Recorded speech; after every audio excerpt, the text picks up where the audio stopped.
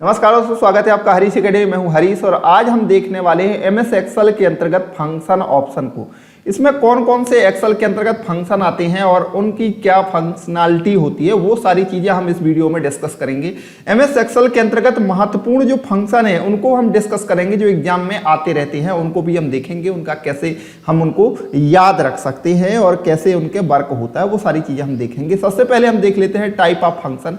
Function कितने प्रकार के होते हैं, तो ये भी है एमएस एक्सेल में बेसिकली 7 प्रकार के हम फंक्शन हैं, वो मैं अभी आपको प्रैक्टिकल तौर पर भी दिखाऊंगा। तो यहाँ पर जैसे कि मैथ से संबंधित जो फंक्शन है, स्ट्रिंग से संबंधित फंक्शन, डेट ऑन टाइम से संबंधित हो, टेक्स्ट से संबंधित, फाइनेंशियल से संबंधित, लॉजिकल से संबंधित और स्टैटिकली से संबंधित है। इसके अलावा लुकअप और रेफरेंस से संबंधित कुछ फंक्शन है, वो सारे हम फंक्शन अब पढ़ने वाले हैं। इसके अलावा अगर हम देखें कि फंक्शन बेसिकली होते क्या है, तो एक्सेल में क्या है, बहुत सारे हमने पहले ही बताया था, बहुत सारे ऐसे सेल बने होते हैं, रो और कॉलम से मिलकर के सेल का निर्माण होता है। तो उन सेल पे हम विभिन्न प्रकार के फॉर्मूले अप्लाई करते हैं, जिनको इक्वल साइन के बाद यहाँ पर कोई भी फंक्शन लिख देते हैं। जैसे मैंने लिखा सम, और ये ब्रैकेट के अंतर्गत वो आर्गुमेंट वैल्यू दे देते हैं। तो फंक्शन की बेसिकली 3 पार्ट होते हैं। पहले तो इक्वल साइन लगाना है, दूसरी बात ये फंक्शन का नाम होगा, उसके बाद होगी उसमें आर्गुमेंट की संख्या, मतलब उसमें हम क्या वैल्यू पास कर रहे हैं, वो सारी चीजें इसमें 3 सेक्शन के अंतर्गत आती हैं फंक्शन की। ठीक है, तो फंक्शन से क्या होता है, हम एक्सेल के अंतर्गत बहुत सारे ऑपरेशंस परफॉर्म कर सकते हैं। अब देख लेते हैं हम कौन कौन से ऐसे फंक्शन हैं जो कि इंपॉर्टेंट हैं, और इन सभी कैटेगरी के अंतर्गत देख लेते हैं कौन कौन से फंक्शन हैं। तो आइए शुरू करते हैं। एक्सेल शुरू करने से पहले मैं आपको एक चीज और बताना चाहता हूं कि अगर यहां पर हम जब इक्वल साइन लगाते हैं और कोई फॉर्मूला लगाते हैं, जैसे मैंने लिखा सम, ठीक है, मुझे कहां से कहां तक का सम करना है, तो यहां से यहां तक का, ये जो मैं रेंज सिलेक्ट करता हूं, इसको क्या बोलते हैं, रेंज सिलेक्ट करना। मतलब A1 से लेकर के, मतलब अनुपाते, और A8 तक, मतलब यहां तक जो भी मैं लिखूंगा वो यहां क्या हो जाएगा, सम हो जाएगा। तो ये जो होती है A1 से लेकर के A8, ये कहलाती है रेंज। अब जैसे मैं यहां पर और क्या कर सकता हूं, यहां पर अनुपाते लगा, मतलब A1 से लेकर लगातार A8 तक। यहां पर अनुपात की जगह मैं कॉमा लगा दूं तो इसका मतलब A1 और A8। ठीक है, ये तो बात आपको क्लियर हो गई। तो रेंज में जब भी यूज करूं कि रेंज यहां पर देते हैं, तो रेंज आप समझ जाएंगे कि ये जो रेंज होती है वो कहाँ है, कि जहां पर हमें वैल्यू रखी हुई है उसकी जो स्थिति को बताने के लिए रेंज शब्द का उपयोग किया जाता है। ठीक है, सबसे पहले हमने मैथमेटिकल फंक्शन में पहला लिया है सम फंक्शन। सम फंक्शन का उपयोग बेसिकली सबको पता होता है कि अगर यहां से यहां तक एक्सेल में बहुत सारी वैल्यू रखी है, इन सबको अगर हमें टोटल करना है तो हम क्या कर देते हैं कि अगर हमको के माध्यम से करना है तो इक्वल साइन लगेंगे, सम लिखेंगे, और A1 से लेकर के A5 तक, मतलब A कॉलम है और 1 रो है, तो यहां से लेकर के और कहां तक, A5 तक हमको इनको टोटल करना है। तो ऐसे हम इनमें कर सकते हैं। अगर मैं इसको प्रैक्टिकली कहूं, अगर मैं यहां पर 10 लिख दूं, 12 लिख दूं, 15 लिख दूं, 17 लिख दूं, अगर मुझे इन सबको टोटल करना है तो मैं जनरली क्या करूंगा, एक एक्स्ट्रा सेल सिलेक्ट करके उन्हें यहां पर ये ऑटो सम है, इस पर क्लिक कर दूंगा तो ये टोटल ऑटोमेटिक ये 82 हो गया। तो बेसिकली इसको मैं सम को कितने प्रकार से लिख सकता हूं, बराबर लगाया मैंने और यहां पर लिखा सम, और ये कोष्टक के अंदर ब्रैकेट शुरू किया हमने A1 से लेकर के, और A1, और ऐसा भी कर सकते हैं A1 प्लस A2 प्लस, और मुझे एक ये वाला जो है इस पे जो भी लिखा जाए ये, और इंटर करना है F1। तो ये देखो 67 आ गया। इसमें किसका किसका टोटल रहा, ये मैंने यहाँ रख लिया, तो ये दिख रहा है स्पष्ट मुझे कि ये इसको और इसको टोटल किया गया। तो ऐसे भी हम टोटल कर सकते हैं। चाहे तो हम कैसे टोटल कर सकते हैं, SUM लगाएंगे और इक्वल साइन लगाएंगे, और यहां से यहां तक का हमको टोटल करना है, तो ऐसे हमने सेलेक्ट कर लिया और यहां पे क्लोज कर दिया। तो A1 से लेकर A5 तक तो वो टोटल आ गया। ठीक है, 164। तो कुल मिलाकर के ये ऐसे काम करता है। उसी प्रकार से ये वाली देखा जाए तो इसमें हम क्या कर सकते हैं, कॉमा का यूज कर सकते हैं। कॉमा का मतलब A2 को और A5 को टोटल कर दो, तो ऐसा भी कर सकते हैं। A2 से लेकर के A5 तक टोटल करो और डिवाइड बाई 5 कर दो। इनका यूज करने का यही मतलब है, अगर ये फंक्शन यूज करते हैं तो इनसे यही फायदा मिलती है कि बाद में हम उसमें और कोई भी ऑपरेशन आगे परफॉर्म कर सकते हैं। जैसे डिवाइड बाई 5 कर दिया, यहाँ +5 और कर सकते हैं, -5 कर सकते हैं, मतलब बहुत सारा और आगे फॉर्मूला बढ़ा सकते हैं, इसलिए इनका उपयोग किया जाता है। ऐसे तो हम कर सकते हैं ऑटो सम पे भी ये सम आ जाएगा। तो कहने का मतलब ये जो फॉर्मूले हैं ये सीखने का बहुत यूज है। अगर आप एक्सेल में बहुत अच्छा सीखना चाहते हैं तो फॉर्मूले आपको आने चाहिए। अगला देख लेते हैं हम एवरेज फंक्शन क्या होता है। एवरेज फंक्शन क्या होता है, सभी जानते हैं। एवरेज का मतलब होता है कि बहुत सारी वैल्यू लेगा, मतलब जैसे 2-4 वैल्यू है, 4, 3 और ये 5 है ना, और ये अगर मैं कहूँ 6 और ये 7, तो इनका अगर मैं कहूँ कि एवरेज क्या होगा, तो एवरेज क्या हो जाएगा भैया 5 इसका एवरेज आ जाएगा। तो 5 क्या आ जाएगा, इसका एवरेज आ गया है। हम इसको कैसे करेंगे, इसको एक्सेल सीट में जहां पर भी हमको एवरेज निकालना हो इक्वल साइन लगाएंगे, इक्वल साइन के बाद एवरेज लिखेंगे और कोष्टक के अंदर अगर जहां से जहां तक की वैल्यू को एवरेज करना है वो हम यहाँ पर टाइप कर देंगे तो एवरेज आ जाएगा। ठीक है, जैसे कि अगर मैंने एक्सेल में देखू इसी को, जहां पर मैंने ये सम लिखा था यहीं पर मैं इक्वल साइन लगाऊं AVERAGE एवरेज, और यहां पर मैं कोष्टक को शुरू करके एवरेज के बाद कोष्टक को शुरू करके यहां से यहां तक का मैं एवरेज निकाल दूं, कोष्टक बंद, तो ये मुझे यहां का एवरेज आ गया कि 32.8। एवरेज आपको पता ही है कि सभी का योग बटे उनके संख्या, ये एवरेज का काम है, वही यहां पर एक्सेल में ऑटोमेटिक हो जाता है। ठीक है, इसके बाद अगला हम देख लेते हैं कि काउंट और काउंटा, ये बहुत इंपॉर्टेंट है। काउंट तो आपको पता ही होगा अगर आपने एक्सेल चलाया है, नहीं पता तो मैं यहाँ पर बताऊंगा, लेकिन काउंटा कई बार कंफ्यूज करता है एग्जाम में कि काउंटा फंक्शन का उपयोग क्या किया जाता है। इसमें आपको एग्जाम्पल दे देंगे, ऐसे संख्या लिख देंगे और बताएंगे इसका काउंटा क्या होगा। ठीक है, यहां पर मैंने लिखा काउंट ए से लेकर के ए तक, मतलब ये मियां यहां पर ए से लेकर ए का मतलब ए कॉलम में जितनी भी वैल्यू है उसका मतलब कहलाता है ए से लेकर ए तक। अगर A1 से A5 लिख देता तो मतलब पर्टिकुलर यहां से लेकर के यहां तक। ठीक है, लेकिन ए और अनुपाते ए लिख दिया, इसका मतलब है कि पूरा ए कॉलम की वैल्यू को हमें काउंट करना है। ठीक है, तो उसने बता दिया कि 5 जो है काउंट है। अब यहाँ ए से लेकर ए तक का मतलब पूरा ए में 5 है, लेकिन यहाँ पर इंडियन और जापान भी लिखा है, तो इसको उसने काउंट नहीं करा, क्योंकि काउंट का फंक्शन का उपयोग किया जाता है न्यूमेरिकल वैल्यू को काउंट करने के लिए, और काउंटा फंक्शन का उपयोग न्यूमेरिक के साथ साथ अगर और दूसरी कैरेक्टर वैल्यू भी है तो उसको भी वो काउंट कर लेता है। अगर वो सेल खाली है तो उसको काउंट नहीं करता, अगर वो सेल भरा है तो वो उसको काउंट कर लेता है, उसको बोलते हैं काउंटा फंक्शन। ठीक है, तो काउंटा फंक्शन का उपयोग जितनी भी सेल में वैल्यू है उसको काउंट करने के लिए करा, जबकि काउंट फंक्शन का उपयोग सिर्फ न्यूमेरिक वैल्यू को काउंट करने के लिए किया जाता है। अब मैक्स फंक्शन का उपयोग काय के लिए किया जाता है, तो मैक्स फंक्शन का उपयोग किया एक्सेल में मैक्स फंक्शन का नंबर के सेट से सबसे बड़ी वैल्यू दिखाने के लिए किया जाता है। मान लीजिए मैं लिख दूं मैक्स, इक्वल साइन लगाऊंगा सबसे पहले, और मैंने लिखा मैक्स, और यहां से याद दे दिया भैया A5 से लेकर के A10 तक जो मैक्स वैल्यू है वो बताओ, तो वो यहां से यहां तक देखेगा, जो सबसे बड़ी वैल्यू होगी वो रिटर्न कर देगा। ठीक है, मैक्स फंक्शन। उसी प्रकार से मिनी फंक्शन का क्या हो जाएगा कि सबसे छोटी वैल्यू रिटर्न करेगा। ये सिंपल से फॉर्मूला है, इसलिए मैं यहाँ पर टाइम वेस्ट आपका नहीं कर रहा हूं। काउंटा मैंने बता ही दिया है। इसके बाद हम देख लेते हैं स्क्वायर्ड फंक्शन क्या होता है, SQRT फंक्शन। स्क्वायर्ड फंक्शन का उपयोग काय के लिए किया जाता है, किसी भी संख्या का स्क्वायर रूट निकालने के लिए किया जाता है। जैसे मैंने यहाँ पर ये लिखा 25 लिखा है A1 में, तो यहाँ पर लिखा मैंने स्क्वायर्ड और A1, तो ये 5 वैल्यू रिटर्न कर दी, मतलब 25 का स्क्वायर रूट कितना हो गया 5।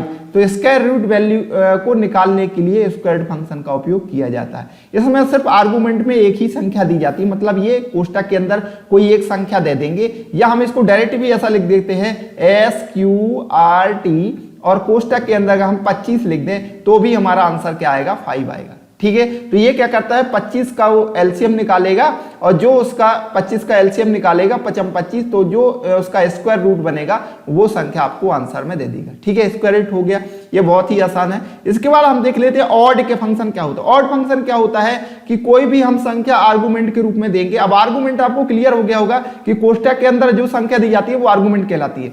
तो यहां पर हमने लिखा ऑड, ODD, ठीक है, ऑड लिखा, और अगर हम यहां पर इसकी संख्या को दे दिया हमने, जीरो वाली संख्या को 0 लिख के दे दिया, तो वो उसका आंसर 1 देगा। क्यों देगा, वो जब हम ऑड लिखते हैं ODD लिख दे, ऑड का मतलब क्या होता है विषम, तो विषम संख्या को दिखाता है। अब यहां पर ऑड में कोष्टक के अंदर का अगर मैं 2 लिख दूं, 2 तो एक्चुअल में ऑड नहीं है, तो हमें वो रिटर्न क्या करेगा 3, मतलब जो ऑड हो, जो भी हमने संख्या दी है उससे अधिक जो ऑड वैल्यू होगी उससे थोड़ा ज्यादा, वो आपको रिटर्न कर देगा। अगर मैं यहाँ पर ऑड में 1 लिखूं तो 1 ही आंसर आएगा, लेकिन अगर मैं ऑड में 4 लिख दूंगा तो 5 आंसर आ जाएगा। ठीक है, तो ऑड फंक्शन का उपयोग जो है सम संख्या को विषम में बदलने के लिए किया जाता है। सम संख्या को विषम में बदलने के लिए किया जाता है। ऑड फंक्शन का उपयोग सम को विषम संख्या में बदलने के लिए किया जाता है। ठीक है, उसी प्रकार से इवन संख्या,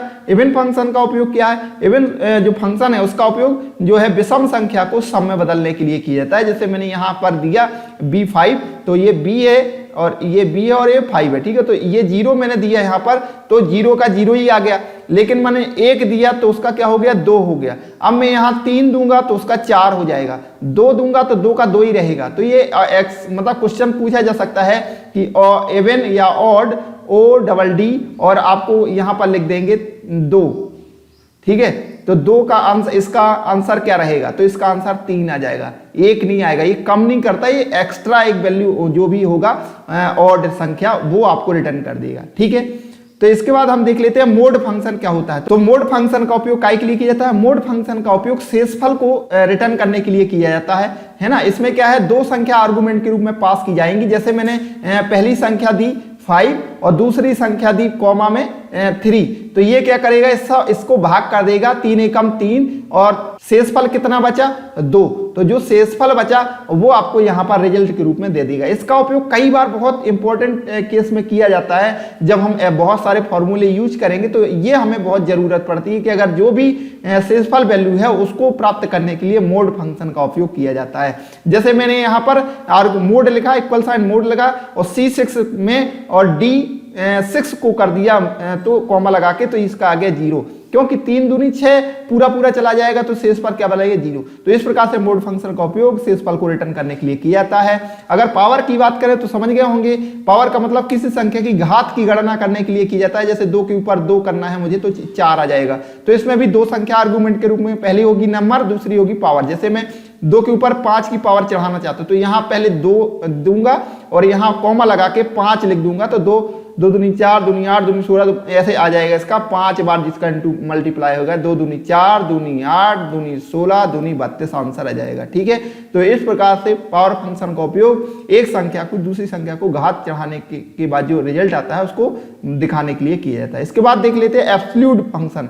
ABS फंक्शन का उपयोग एब्सोल्यूट वैल्यू प्राप्त करने के लिए था। अर्थात क्या है, अगर कोई संख्या माइनस में है तो भी हमें प्लस मिलेगा, अगर कोई संख्या प्लस में है तो भी हमें प्लस मिलेगा। तो ये चिन्ह को हटाने के लिए किया जाता है ABS फंक्शन का उपयोग। ठीक है, एक ही आर्गुमेंट लेगा, मतलब एक ही वैल्यू हमें कोष्टक के अंतर्गत देनी पड़ेगी। ठीक है, इसके बाद देख लेते हैं फैक्ट फंक्शन क्या है। तो फैक्ट फंक्शन का उपयोग क्या है? फैक्टोरियल निकालने के लिए किया जाता है। जैसे अभी आप मैथ में पढ़ रहे होंगे कि अगर मैं जैसे यहाँ पर 5 का फैक्टोरियल निकालना है तो क्या करते हैं हम जनरली?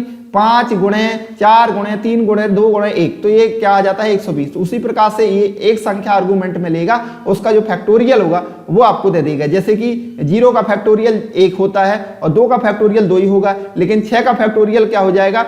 ये 120 गुणे 6 और हो जाएगा, तो ये आ जाएगा 720। इसके बाद क्या है? इंट फंक्शन का उपयोग किसके लिए किया जाता है? इंट फंक्शन का में किसी संख्या की इंटीजर वैल्यू प्राप्त करने के लिए किया जाता है। आर्गुमेंट में एक नंबर लेगा और उसकी जो निकटतम इंटीजर वैल्यू होगी वो आपको रिटर्न कर देगा। जैसे इंट लिखा और 123.34, तो आपको 123 मिल जाएगा उसकी इंटीजर वैल्यू प्राप्त करने के लिए। फ्लोट वैल्यू को इंटीजर वैल्यू में कन्वर्ट कर देगा। ठीक है, समझ गए होंगे आप। जैसे ये फ्लोट वैल्यू है, ये वाली फ्लोट वैल्यू है, इसको इसने क्या कर दिया? इंटीजर वैल्यू में कन्वर्ट कर दिया। ठीक है, उसकी जो निकटतम, देखो अगर 7.5 है तो आपका 7 आ गया, और 6.2 है तो भी आपका 6 आ गया।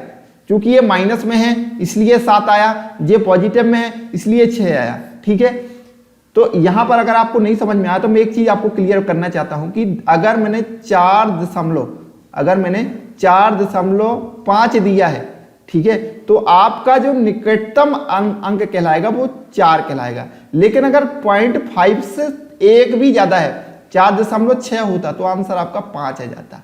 ठीक है, ये आपको पता होना चाहिए कि अगर 0.5 से वैल्यू थोड़ी सी भी ज्यादा है तो वो आपका 5 ले लेगा उसको। ठीक है, इसके बाद है प्रोडक्ट फंक्शन। प्रोडक्ट फंक्शन का उपयोग क्या किया जाता है? प्रोडक्ट फंक्शन का उपयोग आर्गुमेंटेटिव फंक्शन को गुणा करने के लिए किया जाता है। जैसे मैं आर्गुमेंट में 2 संख्याएं दूंगा और प्रोडक्ट लिख दूंगा, उनका मल्टीप्लाई। आप कहेंगे यार ये इसकी क्या जरूरत पड़ती होगी फंक्शन में? नहीं भाई, जब बड़ा फंक्शन हम बनाएंगे ना तो इनकी बहुत जरूरत पड़ती है। तो इसमें 2 संख्याएं लेगा, दोनों को मल्टीप्लाई करने के लिए प्रोडक्ट का यूज किया जाता है। अगला है EXP फंक्शन। यह फंक्शन के ई घात को रिटर्न करता है। क्या करता है? यह फंक्शन ई के घात को, ई की पावर को रिटर्न करता है। EXP और नंबर कोई दे देंगे, EXP और क्या कर देंगे, कोई नंबर दे देंगे। जैसे मैंने यहां पर लिया EXP और यहां पर एक नंबर दे दिया, तो इसका आंसर इसमें उसकी एक्सपोनेंट वैल्यू को रिटर्न करने के लिए किया जाता है। इसके बाद है सम इफ फंक्शन। तो सम इफ फंक्शन का उपयोग एक क्राइटेरिया के आधार पर जो स्पेसिफाइड सेलों को जोड़ने के लिए किया जाता है। जैसे कि हम सम इफ लिखेंगे, फॉर्मूला के अंतर्गत सम इफ लिखेंगे और एक रेंज देंगे, उसके बाद हम क्या देंगे, क्राइटेरिया देंगे, मतलब कंडीशन देंगे, उसके बाद सम की रेंज, जोड़ने की रेंज देंगे। जैसे कि यहां पर फॉर्मूला लगा है इक्वल साइन सम इफ और कोष्टक के अंदर D4 से D8 तक। तो D4 से यहां पर जो D4 है ये वाला, यहां से लेकर के और D8 तक, यहां तक देखना है इसको। पहले ये इस क्राइटेरिया में सर्च करेगा और उसके बाद कॉमा लगा है और ये क्या दे दिया, क्राइटेरिया दे दिया कि जो बड़ी संख्या है 100 से, जो बड़ी संख्या थी 100 से ज्यादा, तो 100 तो ये तो 100 है तो इक्वल हो जाएगी। 100 से बड़ी मतलब एक इसको और इसको, ये 3 को इसने टोटल कर दिया, मतलब 100, 200, आपका 325 और एक 475। तो यहां पर इसने टोटल कर दिया 475। उसी प्रकार से यहां सम इफ B4 से B8 तक, मतलब यहां पर उसको सर्च करना है B4 से लेकर के और B8 तक उसने पहले वैल्यू को, इसके बाद उसने कंडीशन जो क्राइटेरिया लगा कि जहां जिम लिखा हो उसको क्या कर दो, यहां से यहां तक D4 से D8 तक में जहां पर जिम वो संख्या उसके सामने आ जाए। तो जिम जहां पर लिखा था, कहां पर है, ये जिम लिखा था, तो जिम के पास जो है 100, तो 100 यहां पर आ गया। तो क्राइटेरिया दिए गए, क्राइटेरिया के आधार पर स्पेसिफाइड सेलों को जोड़ने के लिए इसका उपयोग किया जाता है। इसके बाद अगला देख लेते हैं। इसके बाद है काउंट इफ। काउंट करने के लिए उसी प्रकार से जैसे सम इफ है उसी प्रकार से इसमें काउंट इफ है, तो काउंट करने के लिए इसका उपयोग किया जाएगा, मतलब ब्राउन कहां कहां आया है वो देखने के लिए। तो यहां पर लिखा काउंट और यहां पर D2 से लेकर D10 तक आपको क्या सर्च करना है, ब्राउन। इस साइड स्टार लगा है, इस साइड स्टार लगा है, मतलब ब्राउन शब्द होना चाहिए। आगे पीछे कुछ भी रहा है, अगर है तो वो कितनी बार आया, तो 4 बार आया। तो इस प्रकार से जो काउंट इफ का उपयोग भी किसी पर्टिकुलर स्पेसिफाइड क्राइटेरिया के आधार पर सेलों को काउंट करने के लिए किया जाता है। इसके बाद अब देख लेते हैं हम कुछ टेक्स्ट प्रकार के फंक्शन कौन कौन से, स्ट्रिंग से संबंधित फंक्शन कौन कौन से है। जैसे कि अपर टेक्स्ट, तो दिए गए टेक्स्ट को क्या है, अपर केस में परिवर्तित करने के लिए किया जाता है। जैसे यहां पर लिखा अपर और C5 वाले सेल को क्या कर दे, अपर में उसमें कन्वर्ट कर दिया। तो कैपिटल लेटर में इसको कन्वर्ट करने के लिए, उसी प्रकार लोअर, तो लोअर का उपयोग किसके लिए किया जाएगा, लोअर लेटर में लिखने के लिए। अगर कैपिटल में है तो उसको स्मॉल लेटर में कन्वर्ट करने के लिए किया जाएगा। इसके बाद अगर हमें इसमें प्रॉपर फंक्शन का उपयोग, इस फंक्शन का उपयोग टेक्स्ट को प्रॉपर केस में सेट करने के लिए किया जाता है। मतलब पहला लेटर कैपिटल होगा, इसका भी पहला कैपिटल लेटर है, इसमें ही मतलब हर जो वर्ड है उसका पहला अक्षर कैपिटल लेटर में लिखना है, तो प्रॉपर टेक्स्ट में उसको कन्वर्ट कर देंगे। ठीक है। इसके बाद लेन फंक्शन का, तो इसका उपयोग क्या है, फंक्शन का उपयोग किसी भी टेक्स्ट की जो सेल वैल्यू की लेंथ को डिस्प्ले करने के लिए किया जाता है। जैसे कि यहां पर मैंने दिखा, ये एग्जाम्पल दिया, यहाँ पर टेक्स्ट लिखा है, इसकी लेंथ निकालें तो भैया 4 अक्षर है, इस पे इसका लेंथ निकालेंगे तो इसमें आ गया 14 अक्षर है। इसमें आर्गुमेंट के रूप में एक जो वैल्यू दी जाएगी, किसी एक सेल का एड्रेस दिया जाएगा, तो उसकी लेंथ निकाल देगा। ठीक है। इसको आप प्रैक्टिकल करेंगे तो आपको ये जल्दी याद हो जाएगा। उसकी प्रकार ये लेफ्ट फंक्शन का उपयोग, इसका उपयोग टेक्स्ट दिया जाएगा और नंबर कितने अक्षर लेफ्ट साइड से लेना है, इसका बहुत उपयोग किया जाता है जब आप फंक्शन का उपयोग करेंगे। तो लेफ्ट से हमको इस सेल का 4 वर्ड चाहिए। ठीक है। यहां इसमें लेन लिखा है, लेन की जगह क्या है, लेफ्ट अगर लिख देंगे तो आपका जो भी टेक्स्ट होगा, यहां से अगर हमको 3 वर्ड चाहिए तो लेफ्ट और टेक्स्ट ये वाली यहां पर सेल रेंज आ जाएगी, C5 आ जाएगा, और यहां कॉमा लगा के अगर हम 4 लिख देंगे, ठीक है, कॉमा लगा के 3 लिख देंगे तो TEXT जो है वो आंसर आ जाएगा। इसमें थोड़ा गलत दिया है। इसके बाद राइट फंक्शन का उपयोग राइट से वैल्यू को लेने के लिए किया जाएगा। जैसे टेक्स्ट यहां पर कोई भी, जैसे हमने दिखा ये B5 लिख दिया और हमको 5 शब्द चाहिए, तो यहां से B5 से, यहां से ये B5 है और यहाँ से हमको 1 2 3 4 5 अक्षर लेने हैं, बाकी के नहीं लेने। तो इसने ये रिजल्ट हमको B5 से 5 अक्षर ले लिए, बाकी के छोड़ दिए। तो इसका उपयोग बहुत किया जाता है, इसको आप जरूर ट्राई कर दें। एक ट्रिम फंक्शन है, बहुत ही इंपॉर्टेंट फंक्शन है एक ट्रिम फंक्शन। इसका उपयोग कई बार आप करेंगे। इसका होता है कि अगर इसमें कोई भी चीज लिखी है, इसके यहाँ एक्स्ट्रा स्पेस अगर है तो उसको हटाने के लिए, इस साइड के एक्स्ट्रा स्पेस को हटाने के लिए ट्रिम फंक्शन का उपयोग किया जाता है। एक खाली जगह को हटा देता है, ठीक है।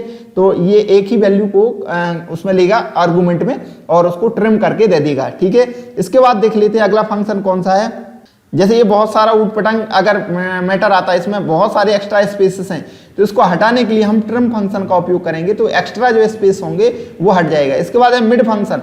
इसका उपयोग मिड वैल्यू को प्राप्त करने के, मतलब बीच की वैल्यू को प्राप्त करने के लिए किया जाता है। यह टेक्स्ट देंगे, स्टार्टिंग नंबर और नंबर कैरेक्टर। तो मिड फंक्शन में क्या है कि हम सबसे पहले टेक्स्ट में मिडिल वैल्यू को डिस्प्ले करने के लिए किया जाता है। इसमें आर्गुमेंट के तौर पर टेक्स्ट एवं कहां से कैरेक्टर को डिस्प्ले करना है और कितने डिस्प्ले करना है उसकी संख्या भी हम देते हैं। जैसे स्टार्ट कहां से करना है, भाई ये चौथे अक्षर से लेकर के और 10वें अक्षर तक की वैल्यू को हमको चाहिए, तो ये वहां की वैल्यू को डिस्प्ले करने का काम करता है, ठीक है।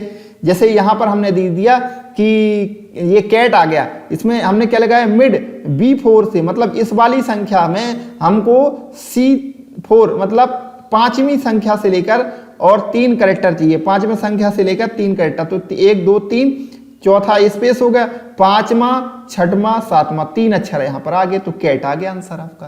तो इस प्रकार से बीच वैल्यू को दिखाने के लिए इसका उपयोग किया जाता है। इसके अलावा है अगला है कॉनकनेट फंक्शन। इस फंक्शन का उपयोग 2 स्ट्रिंग को जो है जोड़ने के लिए इसका उपयोग किया जाता है। यह फंक्शन एंड ऑपरेटर के समान ही काम कर सकता है, मतलब यहाँ पर हम एंड ऑपरेटर का यूज कर सकते हैं, मतलब 2 जैसे ये कॉलम है और इस कॉलम, दोनों को जोड़ने के लिए इसका उपयोग किया जा सकता है। इसमें हम एंड ऑपरेटर का भी उपयोग करके इसको जोड़ सकते हैं। तो ये साधारण सा फंक्शन था। इसके बाद देख लेते हैं लॉजिकल फंक्शन कुछ कौन कौन से है, जैसे कि जिसमें कंडीशन दी जाती है। तो ऐसे फंक्शन सबसे पहला है इफ फंक्शन। इफ में यह आप एक्सेल में इफ फॉर्मूला का यूज करने के लिए इस फंक्शन का उपयोग किया जाता है। जैसे अगर मैं दूं इफ में और एक लॉजिकल टेस्ट दे दूंगा, अगर वो ट्रू हो तो ये वाली वैल्यू रिटर्न करे, अगर फॉल्स हो तो ये वाली वैल्यू रिटर्न करे। तो ये हम इसमें जो है फंक्शन लगा सकते हैं अपने एक्सेल में। जैसे मैंने यहां पर लिखा इफ A2 बड़ा है और बराबर है 35 से, A2 मतलब ये बोला गया A2 ये बड़ा है और बराबर है 35 से, तो पास आ जाए, अदरवाइज फेल आ जाए। तो ये लगा दूंगा इसमें फॉर्मूला, यहाँ A2 की जगह B2 कर लेंगे। B2 अगर बड़ा है 35 से तो आ जाए पास, और अगर उससे छोटा है तो फेल आ जाए। तो ये हम इसमें जो है फंक्शन अप्लाई कर सकते हैं। अगर 35 से ऊपर है तो पास होगा, नहीं तो फेल होगा। तो ये फॉर्मूला इसमें अप्लाई कर देंगे, तो ये सभी क्या आ जाएंगे। लेकिन ये वाला जो है, ये जो 32 है, ये क्या हो जाएगा, फेल आ जाएगा, ठीक है। क्योंकि यहाँ पर A2 लगा है, इसलिए इसमें रिजल्ट गलत आ रहे थे, ठीक है। तो ये बेसिकली इसका उपयोग कंडीशन देने के लिए किया जाता है। इसके बाद एंड और फंक्शन। तो ये क्या होता है, जब 2 या 2 से अधिक हम लॉजिक देते हैं तो उनके समय हमने एंड और फंक्शन का उपयोग किया जाता है। अगर दोनों हम कंडीशन को ट्रू चाहते हैं तो ये बताने के लिए हम एंड फंक्शन का उपयोग करेंगे। अगर हम चाहते हैं कि 2 में से एक कंडीशन ट्रू हो जाए, एक फॉल्स हो जाए, तो कोई दिक्कत नहीं, तो इसके लिए क्या होता है, और फंक्शन का उपयोग किया जाता है। देख लेते हैं आगे। यहाँ पर जैसे कि इक्वल साइन लिखेंगे, एंड लगाएंगे, लॉजिक 1 और लॉजिक 2 ऐसे कोष्टक में देंगे, ठीक है। तो हमने यहाँ पर दिया इफ एंड और कोष्टक के अंदर एंड B2 बड़ा है 35 से और C2 बड़ा है 35 से, तो पास अदरवाइज फेल। तो यहाँ पर हम यहाँ पर लग जाएंगे एंड, मतलब 2 कंडीशन दे दी हमने। B2 बड़ा है, B2 ये वाला B2 बड़ा है 35 से, तो और दूसरी कंडीशन एंड मतलब ये भी ट्रू होनी चाहिए। C2 बड़ा है 35 से, C2 ये जो ये वाली संख्या है ये बड़ी भी होनी चाहिए 35 से, तब पास आ जाए। अरे इनमें से कोई एक कंडीशन भी फेल हो गई, जैसे ये 31 है, ये क्या है 35 से छोटी है भाई, तो ये फेल आ जाएगा। भले ही बड़ी है लेकिन ये भी दोनों कंडीशन ट्रू होना चाहिए। लेकिन जबकि यहाँ अगर और लगाते और ये इस वाले में भी ये पास लिख के आ जाता, मतलब और में क्या होता है कि 2 में से एक कंडीशन ट्रू हो जाए तो भी रिजल्ट वो ट्रू रहेगा। लेकिन अगर एंड लगाएंगे तो उसमें दोनों कंडीशन ट्रू होनी चाहिए, तभी उसका रिजल्ट जो है पास आ जाएगा। ठीक है। तो और एंड दोनों मैंने यहां पर समझा दिए। इसके बाद हम देते हैं डेट फंक्शन कौन कौन से हैं। डेट फंक्शन में नाउ लिख देंगे, अगर हम इक्वल साइन लगा के नाउ लिख देंगे तो वर्तमान की डेट और टाइम दोनों को डिस्प्ले करने के लिए नाउ फंक्शन का उपयोग किया जाता है। ये कई बार पूछा गया है। तो अब देख लेता हूं डे फंक्शन। डे फंक्शन का उपयोग किसी भी जो हम डेट देंगे कोष्टक के अंदर जो भी डेट देंगे उसका क्या है कि डे जो होगा वो आपको रिटर्न कर देगा। जैसे अगर मैं इसको एग्जांपल में दूं, यहां मैंने इक्वल साइन लिखा और डे लिखा, ठीक है, डे लिख दिया और यहां पर मैंने ये जो डेट है उसको आर्गुमेंट के रूप में दे दिया और इंटर कर दी, तो उसने डे 10 रिटर्न कर दिया। तो आप कहेंगे 10 तो महीना है, नहीं, इसमें जो एक्सेल में है वो MMDDYY फॉर्मेट में चलता है। एक्सेल में क्या चलता है, MM और DD और YY ये फॉर्मेट चलता है। मतलब पहले मंथ रहेगा, डेट रहेगा, फिर ईयर रहेगी। इसको हम चेंज कर सकते हैं लेकिन बाय डिफॉल्ट यही रहता है। ठीक है, अगर मैं यहाँ पर डेट मैंने क्या लिया है, डे लिखा, तो उसने कह दे दिए भैया 10वां दिन, तीसरा महीना और 1990 ईयर। अगर मैं यहीं पर डेट मंथ लेता हूं, MONTH मंथ दिया और यहां पर मैंने ये जो डेट है उसको आर्गुमेंट के रूप में और इंटर कर दी, तो मंथ क्या दिया उसने 3, मतलब आपका तीसरा मंथ है और 10वां दिन दे दिया। तो मंथ फंक्शन का उपयोग, डे फंक्शन का उपयोग डेट देने के लिए, उसी प्रकार से नीचे मंथ फंक्शन का उपयोग महीना आपको आउटपुट के रूप में दे देगा। इस प्रकार से ईयर है तो ईयर दे देगा आउटपुट के रूप में। ये तीनों फंक्शन समझ गए। टुडे मतलब आज की जो डेट है वो देने के लिए किया जाता है टुडे, डेट बेस देना है तो टुडे, और अगर आपको डेट के साथ साथ टाइम देना है तो नाउ। ठीक है, 2 फंक्शन है। तो इस प्रकार से ये सारे एक्सेल के फंक्शन थे। ये पीडीएफ में भी आपको डिस्क्रिप्शन में प्रोवाइड कर दूंगा, तो आप इसको थोड़ा एक बार पढ़ लेंगे तो आपको और ज्यादा क्लियर हो जाएगा। आई होप आपको वीडियो जरूर पसंद आएगा। अगर आपको वीडियो पसंद आए तो प्लीज लाइक शेयर कमेंट करना ना भूलें। मिलते हैं अगले वीडियो में, तब तक के लिए नमस्कार।